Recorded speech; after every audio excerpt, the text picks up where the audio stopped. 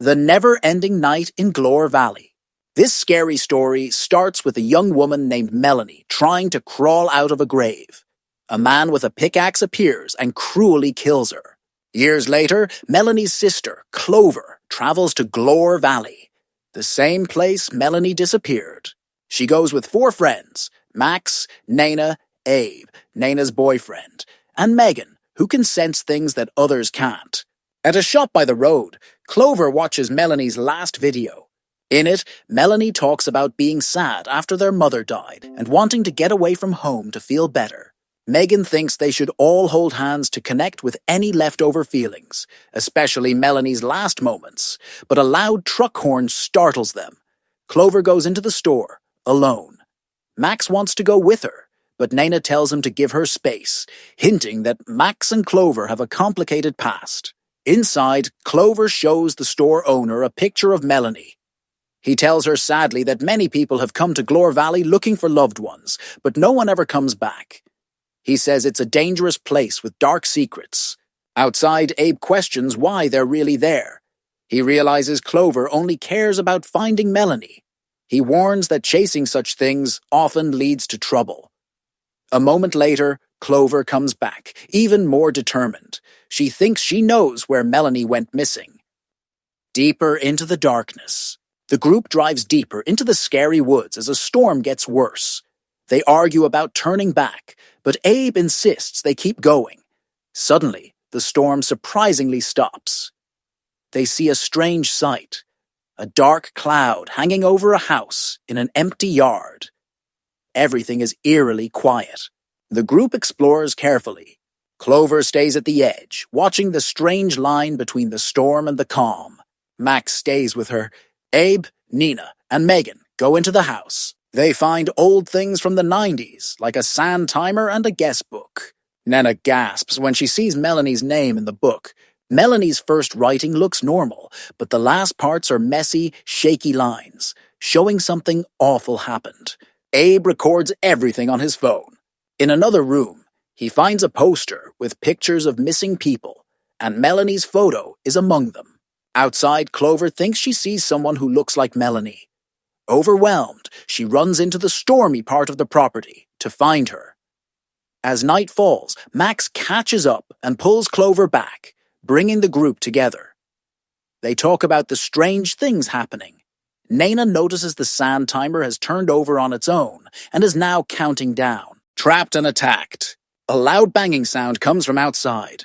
They find their car has been moved to the stormy side of the property. Panicked, they rush back inside. With no phone signal, Clover suggests finding another way to call for help. Nana and Abe watch the mysterious figure outside from the window, while Max, Clover, and Megan search the basement. The lights in the building flash on and off wildly. Megan uses her phone as a flashlight. Clover finds a dead landline phone.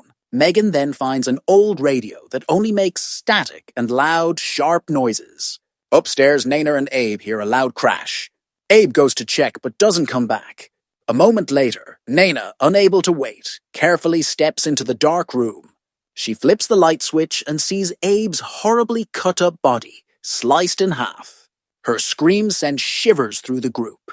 Max races to the scene and sees the killer standing over Nana's dead body. He runs, telling the others to hide. As they hide in fear, the killer walks past them. Max sees a chance, grabs a chair, and swings it, but it breaks easily. He tries to use a broken chair leg as a weapon, but the killer snatches it and stabs Max through the eye. As Max falls, the masked figure pulls Megan from her hiding spot in the closet and repeatedly smashes her face against the floor. The endless loop. Clover comes out of her hiding spot and stabs the figure with a knife, but it does nothing. The killer doesn't even flinch. Terrified, she runs out of the building and into the woods. There, she sees someone who looks exactly like her sister. While she's distracted, the real killer stabs her from behind. Clover falls down, dead. Meanwhile, the sand timer resets, turning everything back and bringing the group back to the terrible moment that started this whole thing. They return with the same injuries and scars, forced to die over and over again. On the wall, the missing persons poster now has new pictures of Melanie, Clover, and the rest of them. Megan's psychic feelings tingle. She feels the dark energy getting stronger. Abe suggests they try to escape, but Naina disagrees. She warns that the killer might be outside and reminds them they were all just killed minutes ago. Her name appeared twice in the strange guest book, just like Melanie's, meaning this night is happening again and again. Suddenly, the lights flicker and a door slams shut. No one is there, but it keeps creaking open and slamming shut by itself. Abe holds the door, while Max wedges it shut with a piece of furniture. Then, Melanie's voice calls out from outside, crying for help. Clover feels sad. She desperately wants to save her sister, but the group warns it could be a trap. Ignoring them, she rushes out, only to find nothing but a mysterious building. A force suddenly pulls Clover toward the other house, while the others are pushed back into the building they came from. Max wants to chase after Clover, but Abe stops him, angrily saying, "Think! You'll die like her!" Abe even questions if Max's concern for Clover is only for himself, starting a heated argument between Max and Naina. The old woman and the truth. Inside the strange house, Clover wakes up surrounded by creepy masks. In a corner, an old woman breathes with an oxygen tank, listening to a news report about a local disaster. Clover tries the door, but it's locked. The old woman comes closer, and Clover begs to be let out. The woman tells her, there's only one way: survive the night or become a part of it. She then grabs Clover's face, covering her with a mask, seemingly transferring her spirit as the old woman slowly crumbles to dust. Back at the car, Abe and Naina try to leave, but a huge figure blocks their way. Desperate, Abe slams the car into reverse, but the doors lock themselves, trapping them inside. The masked figure appears in front of them, and both are brutally killed. Max finally reaches the building, where he finds a room full of old toys. A chair swings by itself, but it's just the wind. He turns around, only to be cut by Clover, who is now wearing a mask. She stumbles outside, only to be hit by Abe's Jeep, driven by the killer. The horrors continue. The cycle resets again. They all find themselves back at the same terrifying moment that started everything. This time, though, they notice a water tank that wasn't there before. Realizing their past mistakes, they lock themselves in a bathroom. Abe, thirsty, drinks water from the tap and offers it to the others. They all drink. Clover shares what the old woman told her. They must survive the night to break free. Max suggests that maybe all they need to do is avoid dying until morning. But if they fail, they'll be stuck forever as part of the night's horrors.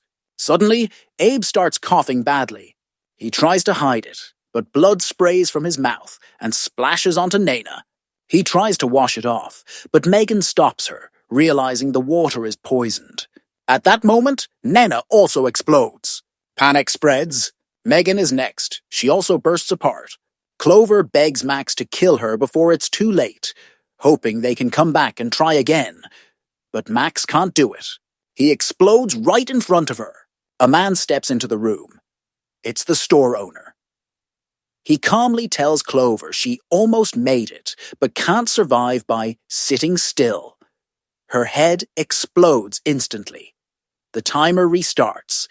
Everyone is back at the beginning again, stuck in a never-ending loop. Uncovering the mystery. Megan feels something strange. She's growing an extra tooth. Clover points out that waiting for the timer won't work.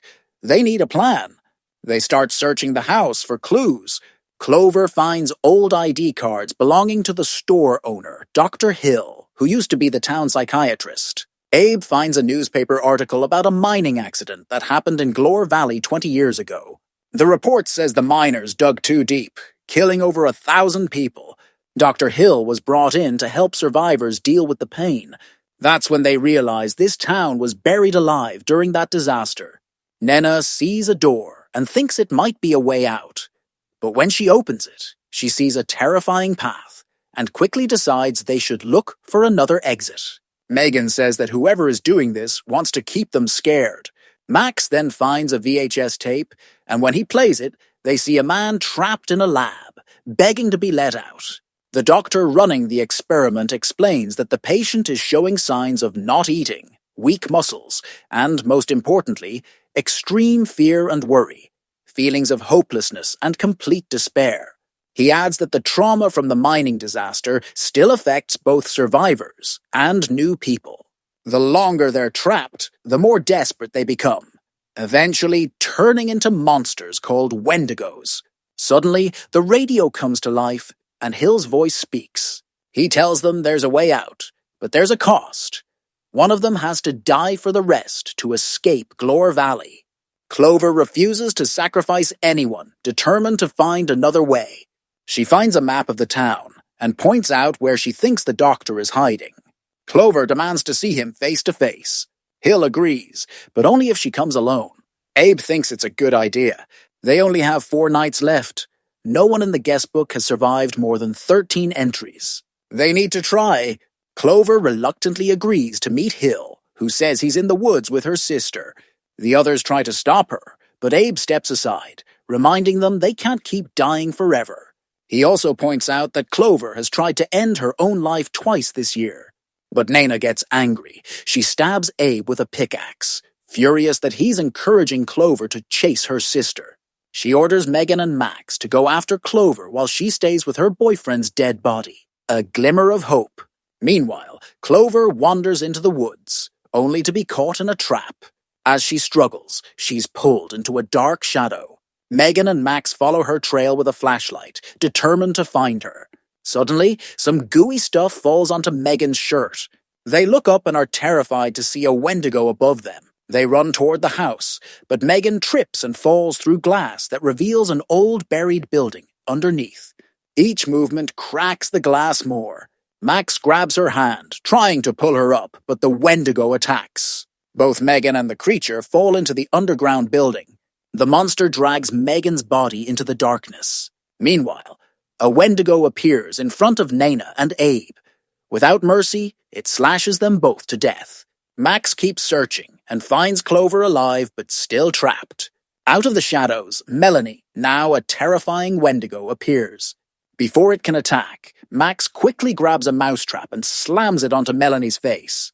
It gives them just enough time to run deeper into the woods. Clover begs Max to kill her this time, promising they'll come back and fix things better next time. Max hesitates, then cuts her. Now alone, Max drinks a few water droplets and explodes in front of Melanie. The final attempt. Clover wakes up again. Another cycle begins. Abe feels something strange on his back. When he shows the others, they're horrified to see he's changing. Desperate to calm him, they tell him he's fine. Clover asks how long they've been stuck there. Max guesses maybe 4 nights, but Nana corrects him. It's been 13 nights. She urges Clover to check the guest book, explaining that no one has ever made it past 13 nights. They have to survive this one if they want to escape the town alive. When Clover looks out the window, she sees a creepy row of dark houses that weren't there before. She realizes they can't remember what happened last time, or the time before that. Megan is missing, and no one remembers anything except Abe. He's been recording everything on his phone. He shows them some videos, and in one, a claw is seen wiggling on Clover's face. When she turns around, her face is that of a monster. Other clips show them dying over and over. The final recording is of Megan, who decided to follow Dr. Hill, hoping to see what he's hiding, maybe even find a way out. A siren wails outside, and through the window they see Wendigos coming toward the building. The group grabs whatever weapons they can find and decides to search for Megan. That means going through the doorway they'd been too scared to enter before. It turns out the walkway is a tunnel leading to the sunken village mentioned earlier. They make it into one of the buildings, only to find a Wendigo digging through some dead bodies. To avoid being seen, the group stays perfectly still, but one of the creatures spots them. Clover quickly traps its leg with a pickaxe, giving them a chance to run inside a nearby room. The masked figure suddenly crashes through the roof, and the creature attacks Clover. Max shouts at her to go find Megan while he distracts it. Max and the others attack the creature together, finally killing it with a hammer to the head.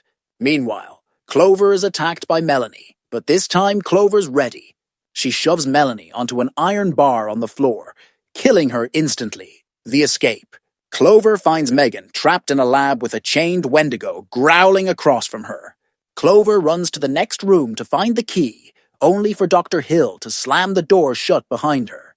Reading her file on the table, Dr. Hill reveals that she's been an interesting patient, suffering from bad depression, extreme worry, and 2 failed attempts to take her own life. He explains that every monster she's seen in this valley is a reflection of her own fears. As he pushes Clover into a corner, she sees a leaking water pipe and carefully places his coffee mug under it.